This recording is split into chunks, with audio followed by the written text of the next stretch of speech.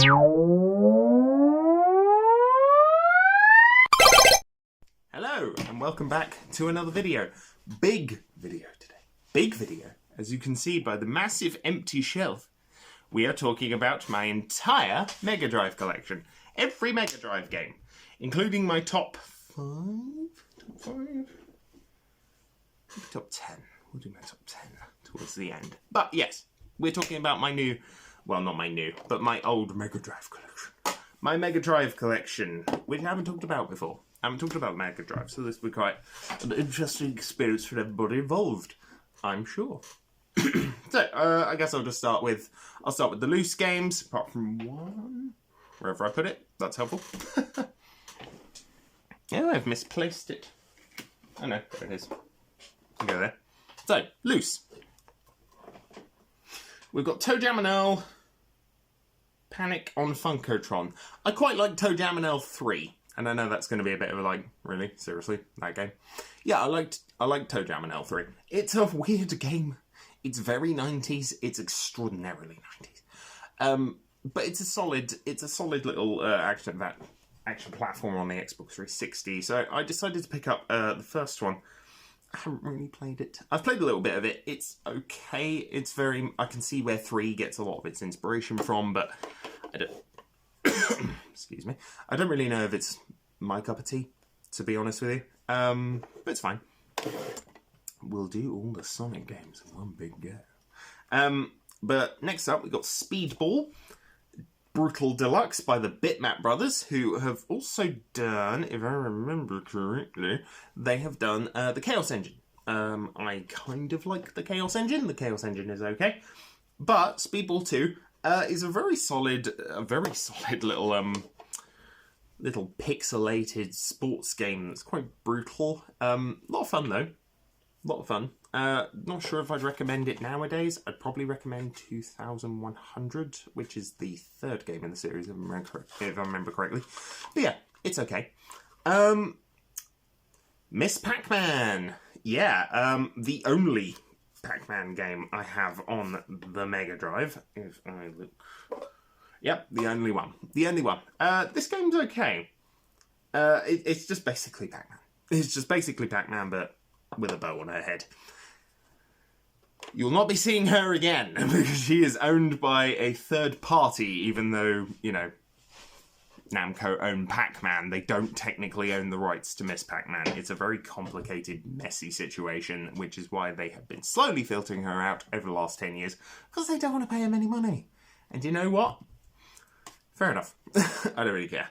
She's not my go-to character when I think of strong female video game characters. That includes like newer Lara Croft, sort of older Lara Croft, Aloy, Clementine, Ellie. You know, a lot of different people. No, we'll do that one in a minute.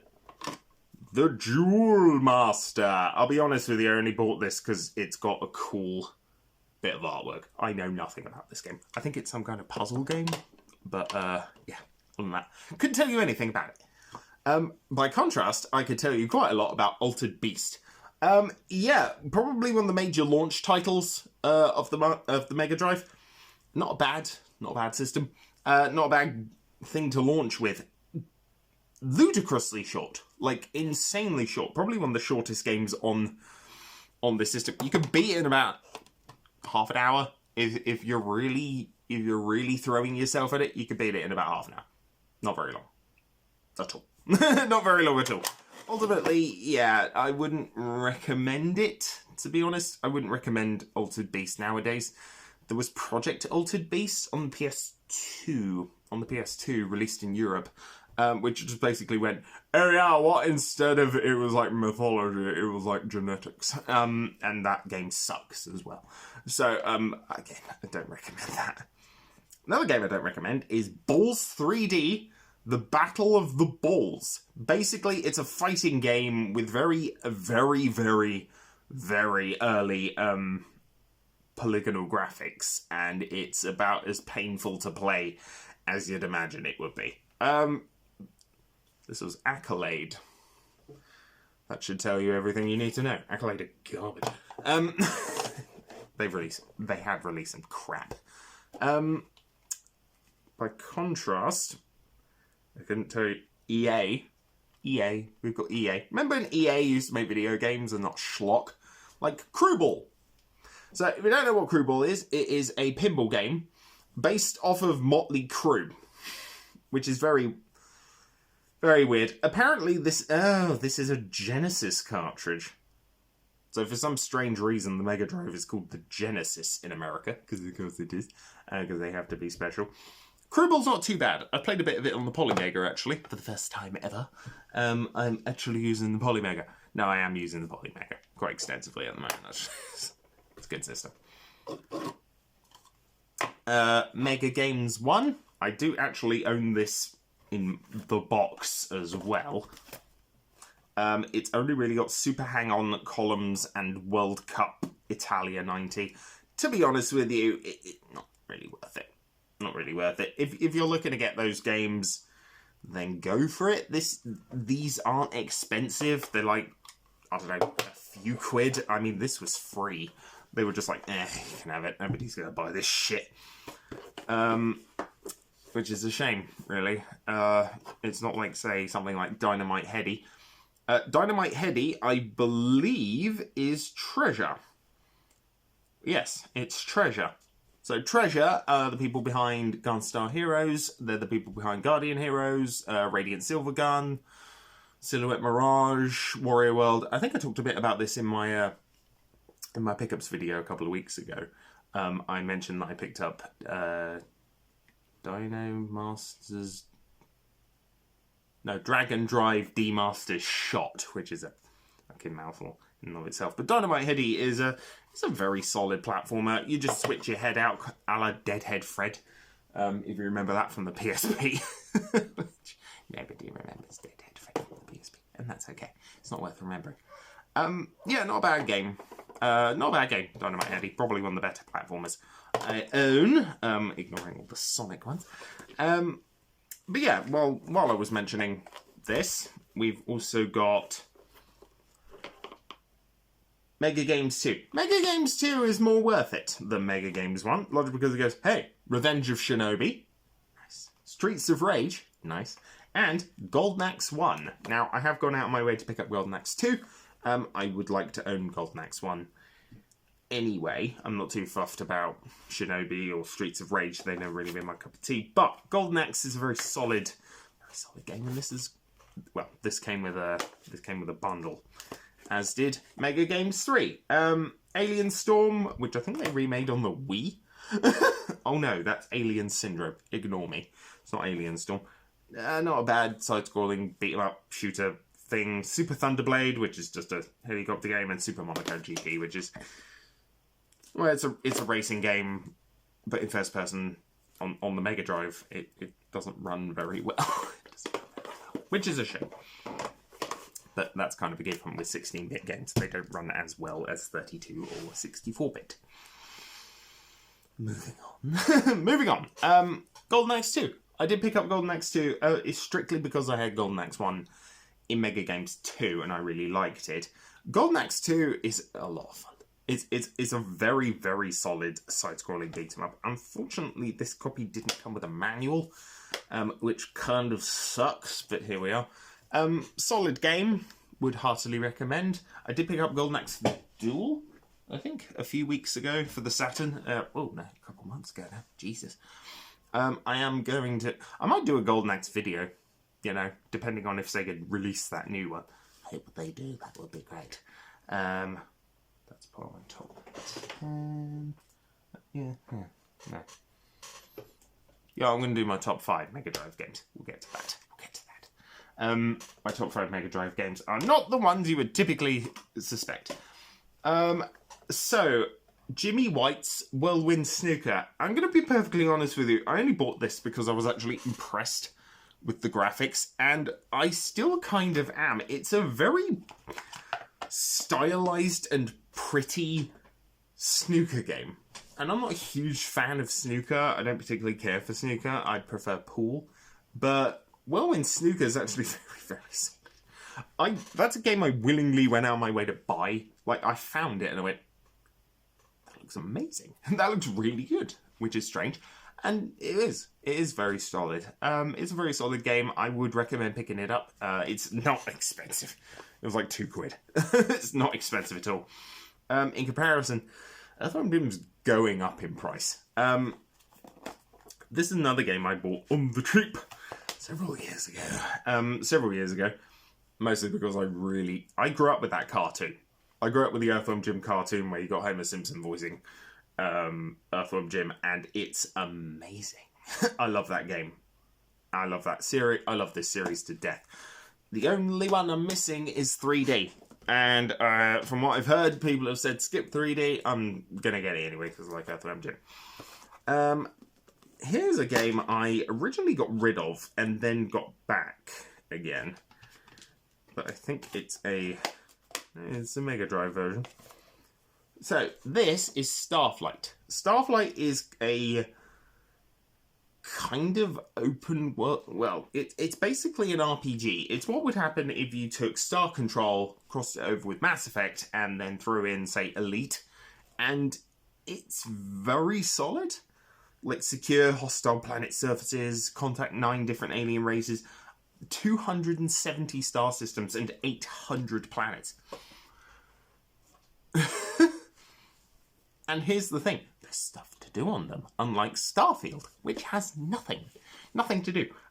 This game is a little bit painful to play nowadays, and unfortunately it lacks the manual, so to download that. It would have been nice to have the manual, plus this isn't the nicest copy. I may get rid of it and get it again, but this time hopefully with a manual. That would be great. I'm quite a big fan of strategy games. Quite a big fan of strategy games. Massive fan of strategy games. Most of that PlayStation 1 frontage it's mostly either a mixture of first-person shooters or strategy games. Same with the half of that row up until the upside-down Mass Effect 3. What jackass did that? Okay, I'll change on that later. So I picked up Megalomania. Megalomania is a very odd game. I don't know if it's called something else in other countries. It's basically Populous, or Powermonger on the Mega CD.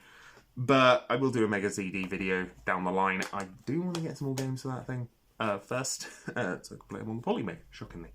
Might get a repro of Snatcher, but Megalomania is a pretty solid God game. It's got a lot in common with Populous, but it's also, I thought it was multiplayer. It's not multiplayer. Terrible. I thought it was. That might be the PC version. Yeah, not a bad copy, not a bad game. Would recommend. It's a bit slower than strategy games nowadays, but that's okay. Oh, you know what? Because I have it on the Mega CD. Echo the Dolphin Tides of Time. I have Echo the Dolphin. I don't have Echo the Dolphin 1 on Mega Drive because I have it on Mega CD. Because I was like, it's there. I think it was like £8 back in the day, about 10 years ago, which is great. I've played that Mega CD once. Well, not once, like twice, 3 times. I don't really play it. I do play Mega Drive though. I've been playing a lot of it with the Polymega. But Echoes of Time, yeah, I really like Echo the Dolphin. I'm shit at it.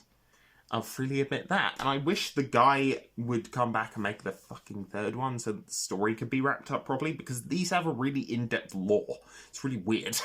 Like, really strange. You got stuff like Atlantis and this ancient creature that can control time and just absolutely bonkers. Echo the Dolphin Tides of Time really is the peak of that. Yeah. Apparently you can become a seagull. I didn't know you could become a seagull. Apparently, Echo the Dolphin is a shapeshifter. They didn't carry that over to the PS2 and Dreamcast version, did they? Defender of the Future. Which sucks. That game is not very good. Okay, we've got... Yeah, I don't know why I own this. The Menacer was basically the equivalent of the Super Scope on the on the SNES. I don't own it, so I don't know why I own this. I haven't played it, I don't really care, and I can't seem to get rid of it. So, whatever, moving on. Ooh! A fighting game. A fighting game on this console that apparently has quite a lot of very good fighting games on it. Yeah, Eternal Champions. I know this spawned like a little mini-series, of which I think Blackthorn is part of, because there was an Eternal Champions game on the Sega CD, and then they did Blackthorn, which is sort of related, apparently. I don't really know, but yeah, this isn't a terrible fighting game. You can do the 32-player tournament, which is a bit nuts. Not sure I recommend. It is a 6-button game, though, so you do need the 6-button controller to do all the moves properly. I don't have that. So I've just been using...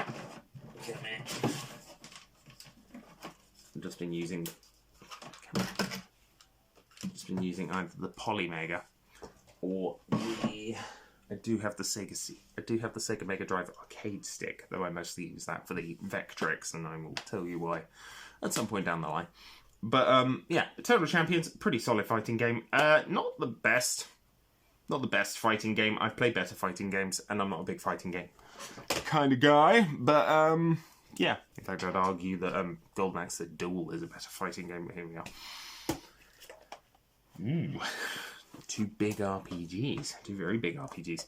Shining Force. I know Shining started with Shining in the Darkness, and then we got the Shining Force mini-series, which had like 3 games, of which I picked up 3 a few weeks, yeah, a while ago, actually.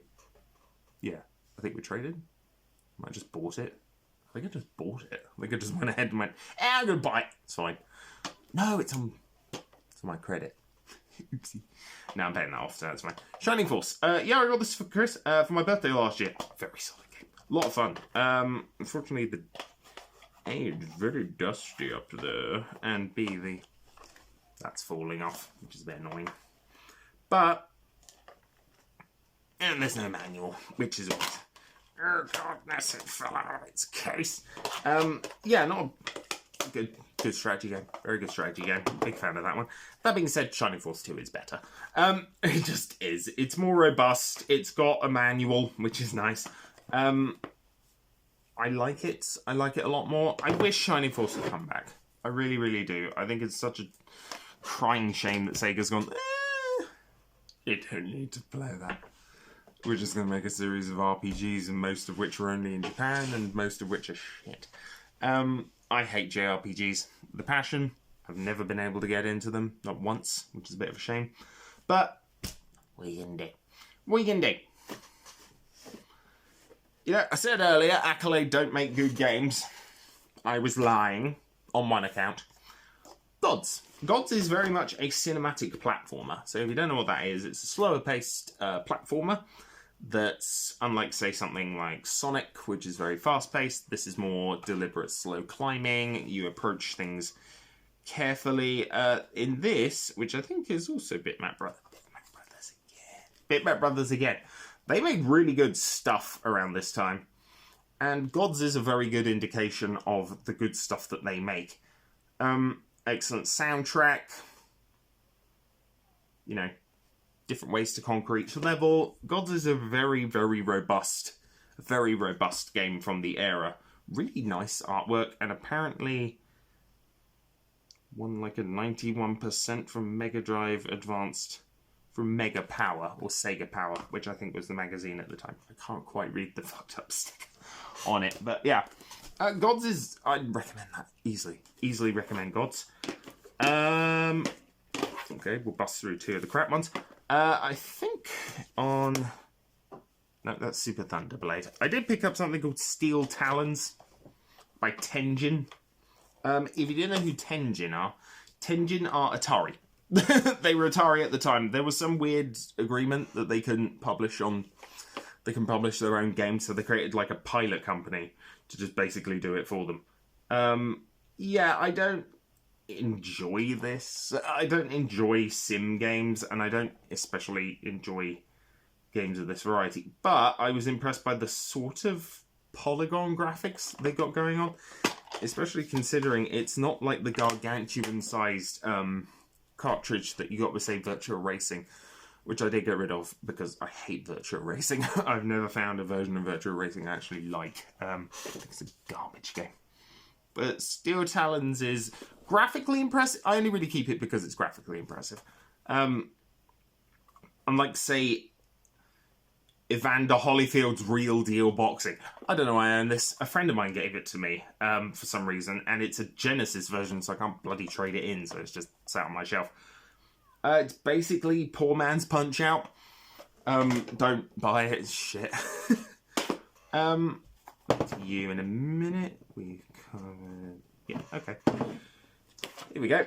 I said I like strategy games. Centurion, Defender of Rome by Kellen Beck and Bits of Magic. Yeah, I was really intrigued with this. Real-time land battles, Roman armies and Hannibal's elephants, real-time sea battles, and, yeah, action-packed chariot races. You can seduce Cleopatra. You can be like, hello, my name is Julius Caesar. Would you like to be my centurion? Whatever. I don't know where I was going with that. But, personally, not particularly interested in seducing Cleopatra. More interested in the real-time land battles and the fact that this is kind of a strategy game, but with Rome on a big scale. And it sounds really cool. Again, £3. Winner, chicken dinner on that one. My only repro for the Mega Drive, and probably one of the earliest repros I own, Monster World 4. I don't know too much about Monster Hunter. I keep saying it, don't I? Monster World. I don't know too much about Monster World. I do know about Arsha. I've played this quite a bit. It's fine. It's just it doesn't save. So that's helpful. Yeah.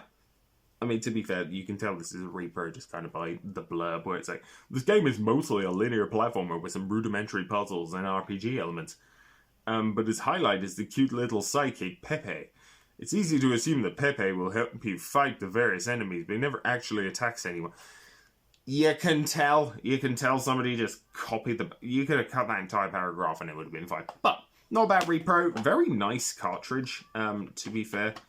And unlike most repros I've fucking used, the sticker is gloss, not sticky. Not sticky. Every fucking repro I've owned has had a sticky label. It's just garbage. Get a grip. Okay, here's my first Mega Drive game. This was the first Mega Drive game I ever owned. It was a Mega Drive game that I've just kind of kept on the back burner for 1,000 years. I found it in a charity shop in my hometown for £2. It's another world. I love Eric Chahi. I love everything Eric Chahi has done. He is flat out one of my favourite game developers. He disappears into the ether for like 10 years at a time, and then he comes back and goes, I've made this innovative thing, and then he disappears again. I mean, he disappeared, he made Another World, then he disappeared until like 2010, where he comes back and he's like, oh, by the way, I'm back. I've made this thing called From Dust. How do you think? It's really good, and I love it to pieces. Great, I'm off again. And then he disappears, and then he comes along and he goes, oh, I've made Paper Beast. What do you think of Paper Beast? Oh, yeah, it's really good. You stick around there, I'm off, bye. Which is annoying, because I'd like him to stick around and make more games. But the games he does make, like, Another World has been ported to everything. Atari Jaguar CD. It's been published on you can probably run that thing on a bloody calculator, and it's still one of the most graphically impressive games out there. And I'm not kidding. Like, the pixel art is ridiculous. The cover art is amazing. I didn't know what I was grabbing when I saw this. I went, that's an old game. That's an old game for a system I don't own. That could be cool to own, and it's only £3 in a charity shop. Why not? Grabbed it, and worth it. Grabbed it. I love Eric Chahi. If there's one game developer I would love to meet, I would love to meet that guy. I would. And I would love to take all the stuff that I own from him and I'd get it fucking signed. I want him to sign my copy of Another World. And I want him to sign my copy of Paper Beast, and I want him to sign my copy of From Dust when I buy it physically. Yes, please. Eric, if you're watching, unlikely, but Let me know. Let me know. Okay, we'll just kind of speed through these next ones. The second game I ever bought. Sonic 1, £2. I like Sonic 1. It's fine. Apparently this was from somewhere called Computer Cavern, and somebody bought it back in the day for apparently 79 quid. What? Unlikely. Yeah, unlikely. Whatever. Yeah, not a bad game. It's got a tude. I don't know. It's classic Sonic. It's classic Sonic. Everyone loves classic Sonic. I don't. There's some controversial thought for you. I don't like classic Sonic as much as I like modern Sonic. I think modern Sonic is far better. And by modern, I mean 3D. And by 3D, I mean the adventure games. And by the adventure games, I also include Generations. Not Colours. Frontiers in that. There you go. And Heroes. And Shadow. But yeah, Sonic 2. Sonic 2 is much better. Much better. Just way better. Has a co-op mode. You can play as Tails, which most people seem to forget, which is pretty insane. Yeah, probably my favourite Sonic game of the classic era that isn't CD. Actually, no, it's CD. It's CD. Sonic CD is my favourite classic Sonic game. But yeah, not bad follow-on. Then we got 3. 3 has the worst cover art of the lot of them. Quite frankly, the first one had the best. The first one had the best one. It's the best looking. End of story. Now, you can't mention Sonic 3 without mentioning Sonic and Knuckles.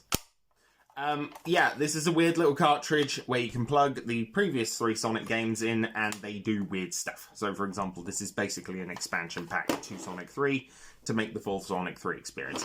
It's okay. It's okay. It's pretty cool. It's a novel concept. There were 2 spin-off games. There may be more. There may be more Sonic games on the Mega Drive. I don't think there are. You got Sonic Spinball. Sonic Spinball. I don't like Sonic Spinball. I think it's really aggravating. 1 to 4 players though, which is cool. If you're into pinball, I'm not a huge pinball fan. I only really own Crew Ball because it's based on Motley Crue and I love their music. Then you get what is essentially Puyo Pop Fever, but for the the Adventures of Sonic the Hedgehog, which was one of 2 Sonic things back in the 90s. 2 Sonic shows, both with Jameel White. That's not his name, is it? Urkel. I think his name's Urkel. I don't know. Some guy. You have Dr. Robotnik's Mean Bean Machine, which is just a game about blowing up beans, and it's Dr. Robotnik's only dedicated game to himself. It's the only one. Even Bowser Bowser hasn't. Bowser hasn't had a game dedicated to himself outside of Bowser's Inside Story, which it doesn't count, does it? Really, that doesn't really count. But yeah, those are the Sonic games. Right, my top 5, and none of the Sonic games are in it. Isn't that controversial? That's because they're mostly strategy. They're mostly strategy games or an arcade strategy game. There is no order for these ones. There's no order for these ones at all. They are all games I love equally.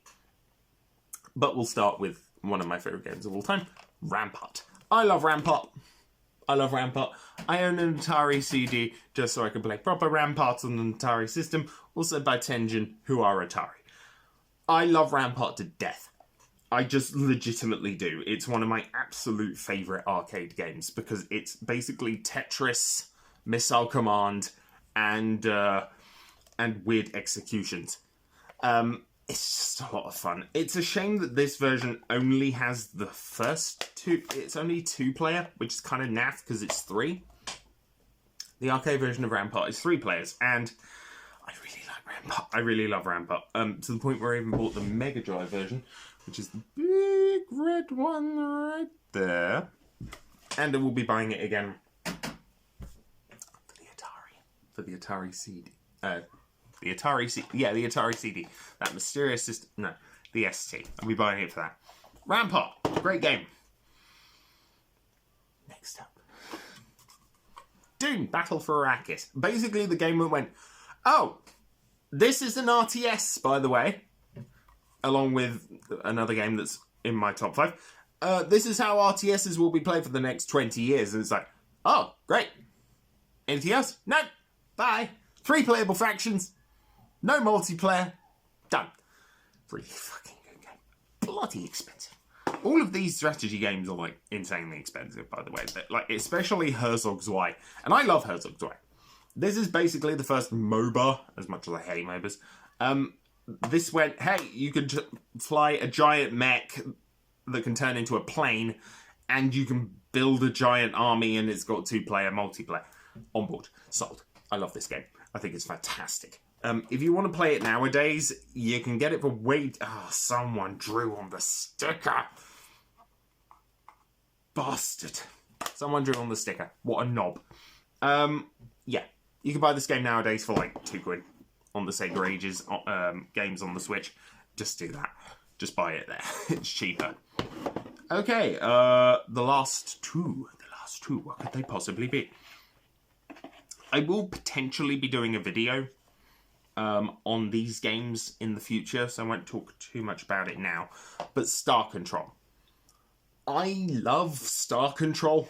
Like, I can't explain to you how much I love Star Control. For games that I'm fucking shit at, I really love them. I genuinely cannot explain how much I really enjoy Star Control. It's basically a top-down, Newtonian physics kind of spaceship shooter. The sequel, which is better than this one, basically went, hey, this has a strategy mode. We're removing that, and we're basically adding in an excellent story that's a lot of fun, really funny, and has some really genuinely interesting philosophical and societal questions to ask. And then 3 came out and ruined everything. And then Origins came out and was merely okay, and now they're doing a new one. So, yeah, excellent. I will be doing a Star Control video down the line. But yeah, that's a very solid game, and I will talk more about it in that video. Stay tuned. The final game. The final game. The big game. Big game. Now, Koei Tecmo, if you don't know them, currently, pretty much only make, well, Hyrule Warriors. They make the Dynasty Warriors series, but back in the day, they used to make an extensive amount of simulation games. I believe they made Gotha and Heir of Zendor, which is Gotha 2, on the Saturn. So my favorite, well, one of my, probably, not my favorite, but certainly one of my favorites, Gemfire. They basically went, hey, here's one of our simulation games, a war game where you conquer an entire country as one of, like, I think it's 6 different families. Full-blown, just fun. Great. You consult, advisors for strategy. There's battery backup on this motherfucker. Like, honestly, I was so glad to grab this. And whilst I don't have a Genesis, I do have a Mega Drive and I have a Polymega that lets me play Gemfire. It's such a good strategy game. I genuinely cannot get over how much I really just genuinely adore Starfire. If I had to pick a top game out of all of those, my favourite Mega Drive game, I'm leaning with Rampart, but that's just because I'm hugely biased. Or I'm leaning with Doom 2 Battle for Arrakis. But yeah. Anyway. Longer video today. Much longer. Well, not by much. A little bit longer. Maybe 15 minutes. That's my Mega Drive collection. I will be doing a Mega CD collection. I've only got 8 games for the sodding thing at the moment. I'm aiming to get like 15. I'm aiming to get about 15 before I talk about that. That's kind of my bar for what I consider a collection. It has to have about 15 games. If I don't have 15 games or something, I've got like a few. Even if I've got like 14, it's not quite the right amount. But yeah, that's it for another week. And have a good one. I think maybe we'll talk about the Vectrex next time. Maybe we'll talk about something else. We'll see. got my birthday coming up, so maybe I'll do a birthday video. We'll see. Anyway, that is me signing off for another week, and I'll see you next time.